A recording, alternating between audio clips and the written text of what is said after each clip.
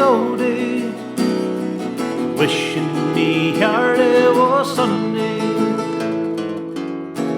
Drinking wine and beer all the week, time for whiskey on a Sunday.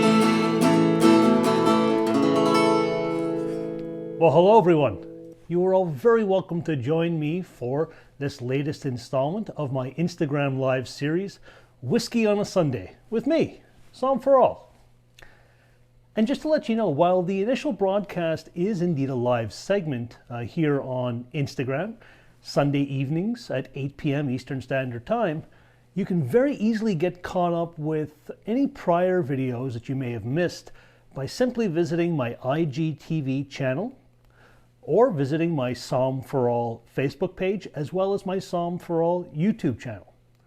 For any of these platforms, it couldn't be easier. All you have to do is use the search function and type in Psalm for All, S-O-M-M, the number 4, A-L-L, and you're all set. So this week, I'm taking a look at the story behind John Dewar and Sons, as well as conducting a live tasting of their aged 12-year Scotch whiskey. But before we begin, as always, I need to ask anyone watching who isn't of legal age where they live to consume and or purchase alcohol that they now need to say goodbye. Right. Okay, so for everybody else, let's dive in. Now, when you look at the bottle, and I don't know how well that's going to come through here, but if you've seen a bottle of Dewar's 12, the bold print says Dewar's, of course, right? We see that here. I'm sure you guys can see that, Dewar's.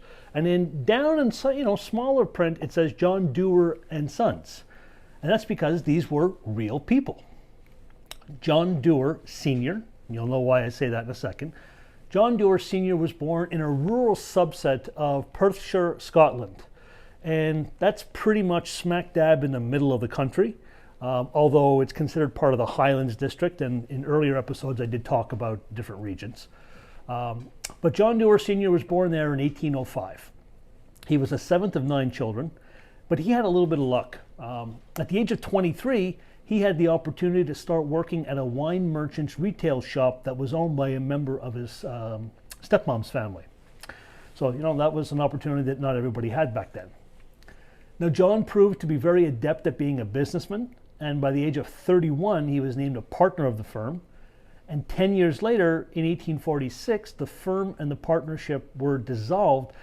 And that was actually a good thing, because that meant that John could then try things on his own. And you see, what John wanted to do most of all was he wanted to get the Scottish to drink more domestic Scotch whiskey.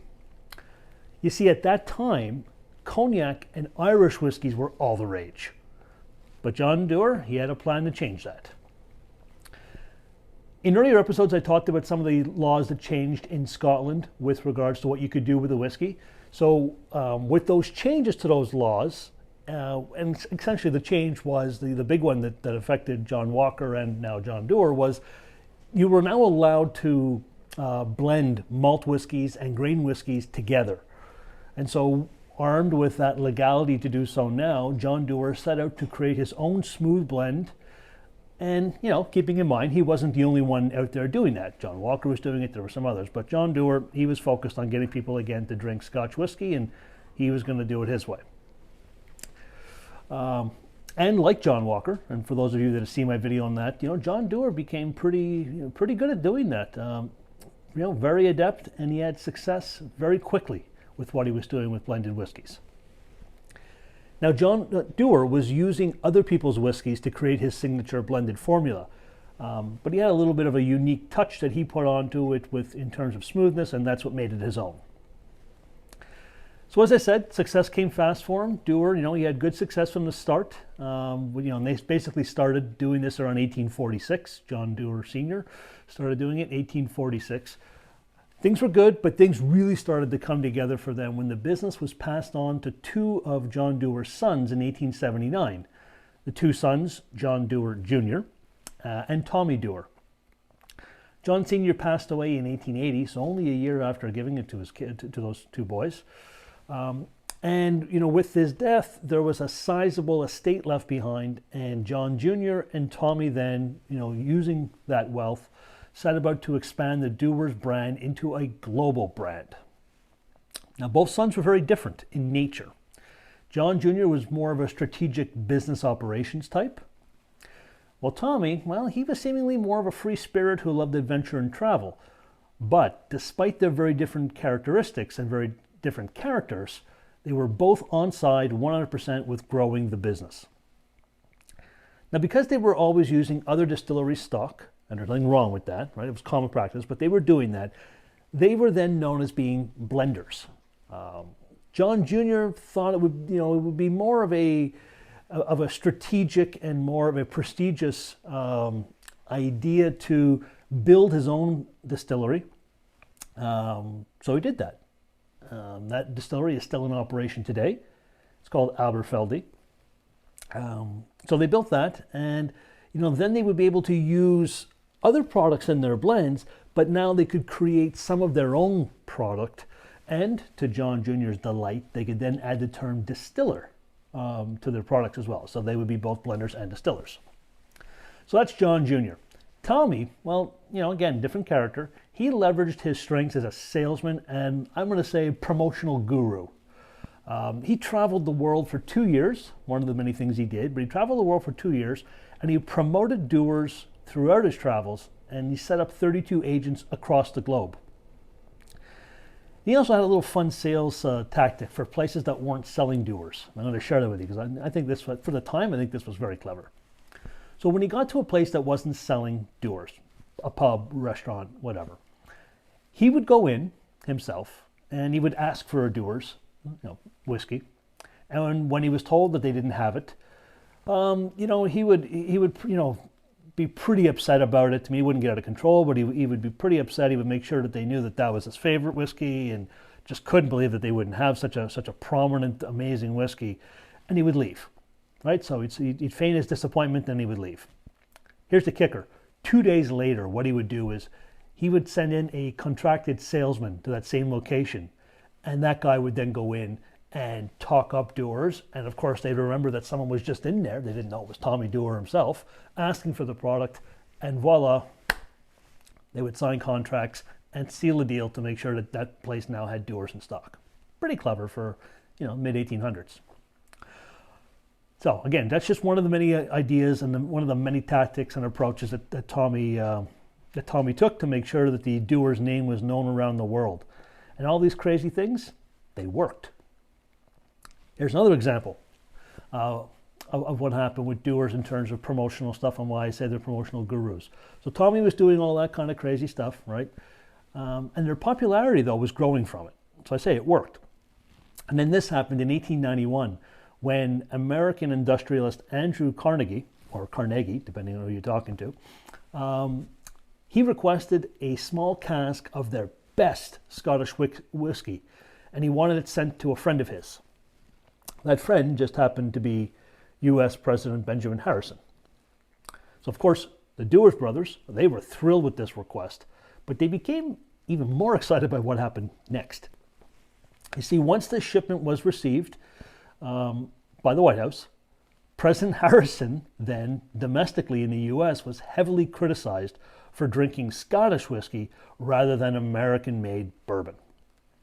Not good for the commander-in-chief. However, the fallout led to much publicity for Dewar's across the U.S., and sales orders from across America started pouring in. I guess some may say there's no such thing as bad publicity. Then again, some of the things are going on these days. Well, I digress. So, back to Dewar's. Their success continued through time, and leading to Dewar's receiving over 1,000 awards for their products, which they self-proclaimed to be as the most awarded Scotch whiskey brand ever. Okay, I'm not going to count them all. I don't think you are either. But whether that's mostly true or not, if they do have 1,000 awards, which that they probably do, that's very impressive. So, those 1,000 awards and just the fact that they're so popular, it led Dewar's to become the most popular whiskey brand in the United States by 1980. And they remain still very, very popular in the States today and across the globe. All right, deep breath. I can hear all of you thinking, right? I can hear it. I'm catching the vibes, the virtual vibes. Everyone's saying, Paul, that's great background, but come on, man, what about the whiskey? Excellent point. We're about to dive in. So, as I mentioned earlier, today we are tasting, or I am tasting, the Dewar's 12 double-aged Scotch whiskey blend. Now, for those of you that may not know, double-aged, it's a term that dates back to around 1890 when a gentleman by the name of A.J. Campbell joined the Dewar's family. And that gentleman then later pioneered what's kind of their signature approach to maturation or to aging a whiskey. They do it twice. Now, when double aging, and I said to do it twice, and essentially what they're doing is after it's undergone the let's call it the normal amount of time in a barrel that they want to do, they then tack on an extra couple of months in a separate barrel, usually oak. So it's not like it's been in one barrel for 6 years and then another for 6 years. In the case of this whiskey, the 12, it's 11 years and 6 months in the bigger casks, and then the last 6 months goes into smaller oak barrels that are specifically chosen, and that leads to that branding of double aging. So now you know what it means, and that's kind of a Dewar signature. So this whiskey, double aging aside, it's a blend of various malt and grain whiskeys, although it is said to have a lot of Aberfeldy single malt in the recipe. So 40% alcohol by volume. The appearance, kind of an ambery gold color. So let's acclimatize our nose. Remember, 3 times. Say to the whiskey, hi there, nice to meet you. I hope you're delicious. So now we've gotten our nose acclimatized, and we're ready to actually take a good inhale to see what's in this boy. Sweet. It's a bit sweet right off the top, but it's soft sweetness, not overpowering. So notes of caramel, vanilla, lemon, some fruit, some dark cherry, black cherry, dark cherry, maybe a little bit of apple peel, red apple peel, pear, something nutty, hazelnut, macadamia nut, honey, certainly I saw honey in there, bit of maybe dried fruit, dried apricot, but it's sweet. It's almost like if you had like fruit cake. A little fruit cake. Bit of powdered chocolate on the back end, some milk chocolate, and then that fresh buttery fudge. If you eat fresh fudge, nice and buttery fudge. So sweet notes. Okay, now we go for a taste. Cheers.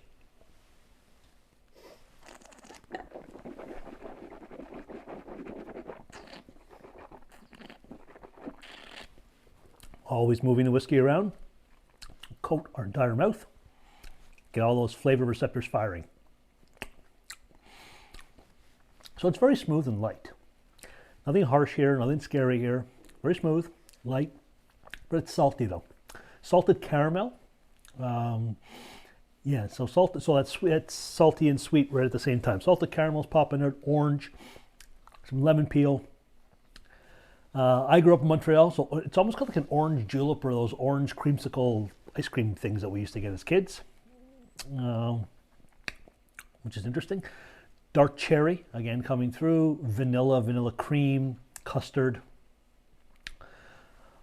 Dark fudge that has that sea salt on the top. You sometimes see at fairs or bake sales.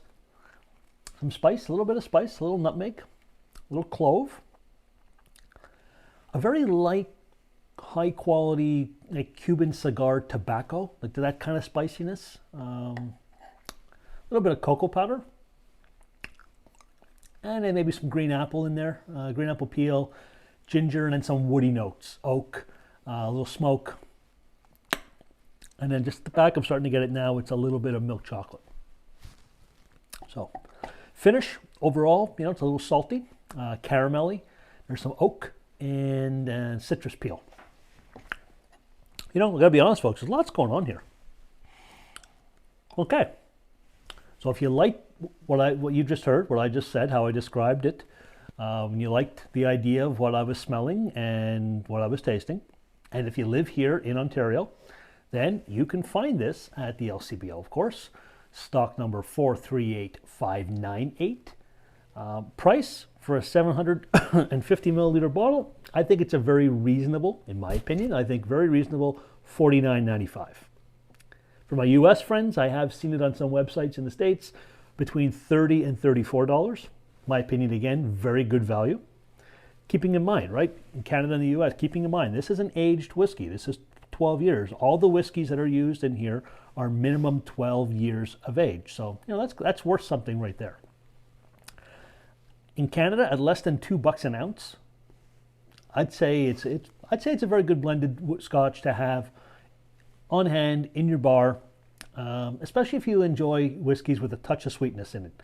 Again, it's not overly sweet. That salty component keeps everything in check. So, but it does have some sweet notes. So if you like things a little on the sweet side in your whiskey, this may be for you. I would say it's a great everyday sipper.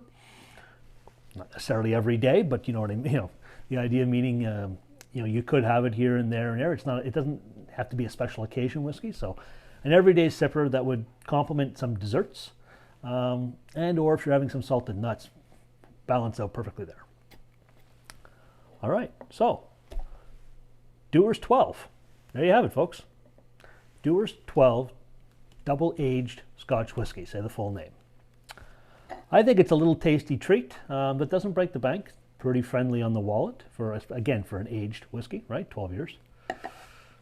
So there we go. Next week, Whiskey on a Sunday, folks, will be a pre-recorded video. And I'm going to be talking about 2 other Dewar's whiskeys in that video. And they will be released on all my social media platforms, including IGTV, just after lunch next Sunday. So, 12:30, 1 p.m. Eastern Standard Time, something like that. I will pre-promote that ahead of time. Why pre-recorded, you may be asking? Well, quite simple. There is no way that I'm going to try and compete for any kind of viewership with the Super Bowl. Especially not with the defending Super Bowl champion Kansas City Chiefs in the game, and with them playing in Tampa Bay against arguably the GOAT himself, greatest of all time, Tom Brady. So I'm not even going to try to compete with viewership on that. Not even going to try. For this week, I do sincerely appreciate all of you who are watching either live or via a replay on IGTV, Facebook, my YouTube channel. Regardless of how you're watching, the fact is you're watching, and your support and your continued interest really does mean a lot. Thank you, thank you, thank you. Until next week, everyone, be warm, because it's absolutely frigid here. Be safe. Be well. And most importantly, cheers from Song for All.